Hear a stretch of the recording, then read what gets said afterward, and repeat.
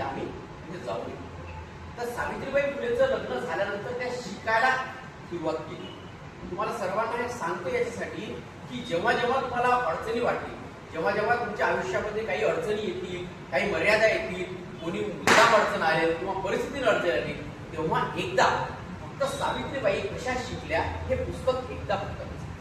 जेव्हा तुम्हाला अडचणी, जेव्हा तुम्ही निराश होशाल, जेव्हा प्रिलिम नापास होसाल, मेन्समध्ये जायला त्रास होईल किंवा प्रिलिम झाल्यानंतर मेन्समध्ये गेल्यानंतर प्रॉब्लेम येईल, तेव्हा तुम्ही सावित्रीबाई एकदा जो सावित्रीबाई फुले वाचेल तो प्रिलिमी पास होईल आणि मेन्स.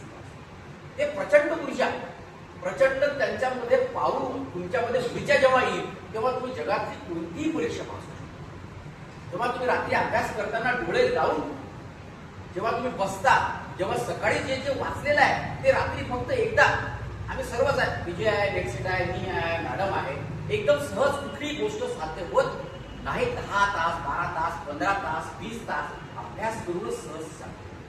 मी झालो वा एखादा तो एक मुलगा 21 वर्ष आहे झाला, एक एक्सप्रेस केस तो झाला असेल, परंतु बाकी सर्व जे आय एस असतील त्यांना 9 वर्ष 10 वर्ष 5 वर्ष 6 वर्ष लागलेली आहेत त्यांच्याकडे. तुमच्या घरी तुम्हाला तुम्ही मानती कार्य अजून शिकतो आहे, वय झालं, त्यांच्याकडे व्हायचं नाही, आपण आपलं काम. त्या सावित्रीबाई फुले 9 वर्षाच्या सावित्रीबाई फुले जेव्हा शिकतात तेव्हा असंख्य अडचणी सावित्रीबाई फुलेंच्या समोर असतात. त्या सावित्रीबाई फुले शिकत असताना जेव्हा एक गोष्ट सावित्रीबाई फुलेंच्या संदर्भात सांगतात, त्यांच्या डोळ्याची एक गोष्ट त्या सावित्रीबाई फुले जेव्हा जेव्हा बाहेर जायच्या तेव्हा तेव्हा दगड धोंडे शेण माती त्यांचं स्वागत करायला सज्ज असतात. तर एक छोटीशी मुलगी, एक 10-15 वर्षाची मुलगी शिकवायला बाहेर पडते आहे, तिच्यावर कोणी शेण मारते, कोणी टॉन्ट करते, कोणी गारा फेकतोय, कोणी त्या स्त्रीला अभद्र बोलतोय, अशी सावित्रीबाई फुले संपूर्ण अंगावर ते ओलं घेऊन शाळेत जाते आहे, शिकवते आहे, संध्याकाळी घरी येते आहे, पुन्हा शाळेत जाते आहे, पुन्हा घरी येते आहे, असा प्रवास सावित्रीबाई फुलेंचा सुरू असतो. आणि सावित्रीबाई फुलेंना एकच ताप होतो, मोठ्या प्रमाणावर त्या ओल्या अंगानं दिवसभर शिकवणाऱ्या सावित्रींना ताप होतो. मग महात्मा फुलेंनी त्यांच्या अंगाला जेव्हा हात लावतात तेव्हा महात्मा फुलेंना वाटतं की सावित्रींना ताप आलाय बहुतेक यांना. मग सावित्रीला विचारतात तुला काय झालं, तर सावित्री म्हणतात मला एक नवं लुगडं आवश्यक आहे. मग ज्योतिबा फुले म्हणतात की मी हा जो पैसा आहे, हे माझी शक्ती आहे, हे तुला नवीन साडी खरेदी करण्यासाठी नाही, तर माझ्या मुलांना शिक्षण देण्यासाठी मी सर्व वस्तू घेण्यात करेन, पण तुला साडी घेऊन देणार नाही. मग जेव्हा ज्योतिबा फुले शाळेत जातात त्याच्या मदतीनेच असतात सावित्रीबाई. बघा सावित्रीबाई फुलेंना जे जे त्रास झाला असेल तो उच्च वर्गातून झाला, पण सावित्रीबाई फुले आणि ज्योतिबा फुलेंना मदत करणारे सुद्धा उच्च वर्णातलेच होतं. म्हणजे व्यक्ती हा वाईट असतो, वर्ण व्यवस्था जाती व्यवस्था तर ती त्या ठिकाणी. मग सावित्रीबाई फुलेंचे जे सहकारी असतात ते ज्योतिरावांना सांगतात, पा 10-15 वर्षाची एक छोटीशी मुलगी रोज शेण दगड माती धुंडे खाऊन शाळेत जाते, ओल्या अंगाची शिकवते, पण एकही शब्द आपल्या नवऱ्याला सांगते. वाचा तुम्ही तर ते मला कौतुक, ते वाचताना माझ्या डोळ्यात असू लागले की ते 10-15 वर्षाची मुलगी आपल्या नवऱ्याला काहीच सांगत नाही, ओल्या साडीनिशी शाळेत जाते, अंगावर पुन्हा ताप घेऊन पुन्हा शिकवते. मग ते सावित्रीबाई फुलेंचं जे हे सगळं आहे हे ज्योतिरावांना जेव्हा समजतं तेव्हा ज्योतिरावांच्या डोळ्यात असतं की माझी सावित्री रोज शिकवते, रोज अंगावर शेण दगड धोंडा खाते आणि ओल्या अंगाने ती शिकवते, अशी सावित्री आपल्याला. तर हा जो त्याग आहे, हा त्याग जेव्हा जेव्हा तुम्ही पासाल तेव्हा तुम्हाला समजेल की जगामध्ये आपला त्याग काय. आपल्या सगळं आहे, तुमची आहे, बसायला फॅन आहे, या लोकांकडे एकदा आपण वाचलं तर जगामध्ये इतर कोणती गोष्ट वाचण्याची आवश्यकता नाही. म्हणजे या लोकांना त्यागच प्रचंड आहे. हे तुम्हाला का सांगतोय मी, तेव्हा तुम्ही आता आपण बघू की हा इतिहास तुम्ही मला सर सांगताय, याचा आम्हाला आजच्या जीवनाला काय उपयोग आहे, सध्या तुम्हाला काय उपयोग आहे. सध्या उपयोग हाच आहे की प्रेरणा सर्वात महत्त्वाची. तुम्ही समजा उद्या IAS ऑफिसर झाला, SDO झाला, कलेक्टर झाला, पण तुमच्यात जर सामाजिक बांधिलकी नसेल तर इथे तुम्ही राहिले विजय सरांच्या सानिध्यात, उद्या हा बँकेमध्ये गेला, उद्या जर एखादा फाटका धोत्रातला एखादा माणूस आला, आता डेली घेऊन आला, त्याचं जर समजा आधार कार्डचे लिंकच होत नसेल, त्याला जर आपण म्हटलं तू 2.5 नंतर आहे, 3 नंतर आहे, तू उद्या वापस हो. सामाजिक बांधिलकी जर त्या माणसाची तुमच्यासोबत असली तर मला वाटतं तुम्ही कस्टमर सोबत चांगला. म्हणून फक्त अधिकारी होणं महत्वाचं नाही, तर सामाजिक बांधिलकी असणं सुद्धा महत्वाचं आहे. म्हणून आर्ट हा विषय आहे. आर्ट तर बंद पडलं असतं आणि आमच्या नोकऱ्या केव्हाच्याच गेल्या असत्या. सायन्स आणि इंजिनिअरिंगला लोकांनी महत्व दिलं असतं, परंतु सर्वात महत्व आहे तुमच्यामध्ये माणूस हा जागृत.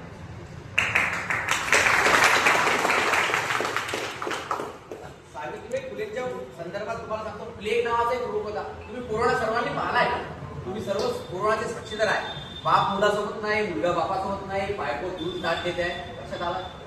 कोणीच कोणाचा नाही. नातेवाईकाला फोन केला तर नातेवाईक फोन उचलला नाही. एकाही नातेवाईकाने कोरोनामध्ये फोन उचलला नाही. प्लेग नावाची 1897 ला एक साथ आली. प्लेग नावाचा रोग कदाचित तुम्ही एकदा हिस्ट्री वाचा. त्या प्लेग मध्ये या बगलेमध्ये एक छोटीशी गाठ यायची आणि गाठ ती मोठी व्हायची. एकदा एकाला गाठ झाली की दुसऱ्याला, दुसऱ्याची तिसऱ्याला, म्हणजे दहन द्यायला माणसं गेले 4 की त्यातला एक तिथेच पडायचा. पुन्हा 3 जायचे, त्यातलं 2 पडायचे, एकही माणूस वाचायचा. मग अशा प्लेगच्या साथीमध्ये सावित्रीबाई फुले पहिली अशी व्यक्ती होती जिने पुण्यामध्ये स्वतःचा हॉस्पिटल केलं. सावित्रीबाई पहिल्या व्यक्ती होत्या पुण्यामध्ये त्याचे हॉस्पिटल सुरू.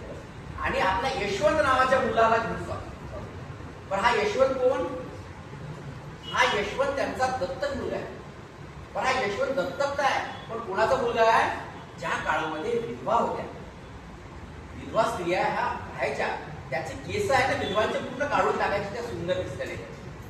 पण अशी एखादी विधवा जर एखाद्या माणसाची बळी पडली, ती जर प्रेग्नंट राहिली, तर तिचं बाळांपण करण्यासाठी स्वतंत्र बाळांतगृह जर कोणी सुरू केलं असेल तर फुले दाम्पत्य.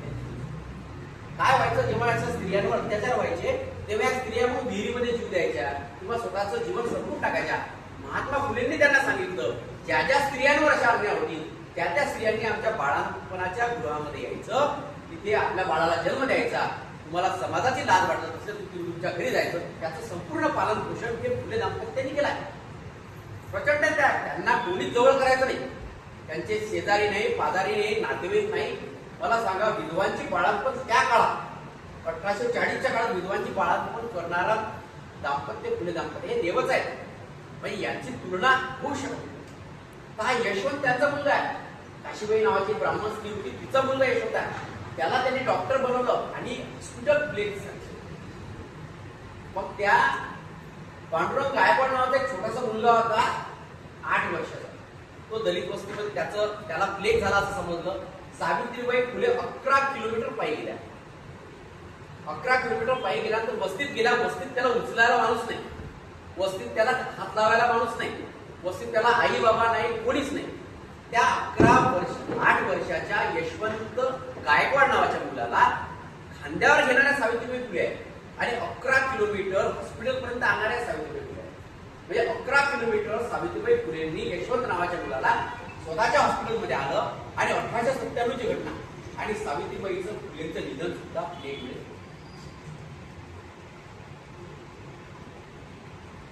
तुम्ही वाचू शकत नाही. म्हणजे याचा त्याग एकदा तरी तुम्ही वाचा. इथे सहज विजयचा फोन आला तर वाचत होतो मी. हे माझ्याकडे खूप सारे पुस्तक आहे. माझा एक घरच पुस्तकाने भरलं. माझ्या घरी 2-4 दिवसातून एकदा माणूस येतोच. तो याच्यावाला अमेझॉन आणि फ्लिपकार्टवाला, त्याच्याकडे पुस्तक असतं. म्हणजे स्वतंत्र रूम जसं देवघर आपण छान बनवतो तसं स्वतंत्र रूम पुस्तकाची आम्ही आहे.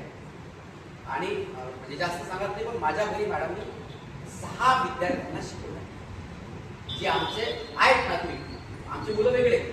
6 पैकी MBBS, त्याच्यानंतर खूप मोठ्या फॉरेन कंपनीमध्ये इंजिनियर, त्याच्यानंतर एक जज होते आहे. का 6चे मुलं मॅडमनी 6 मुलांना, ज्या आम्ही एकाच रूममध्ये राहतो, एकाच रूममध्ये आम्ही 3-3 विद्यार्थ्यांना आमच्या घेऊन शिकवलेलं आहे. का?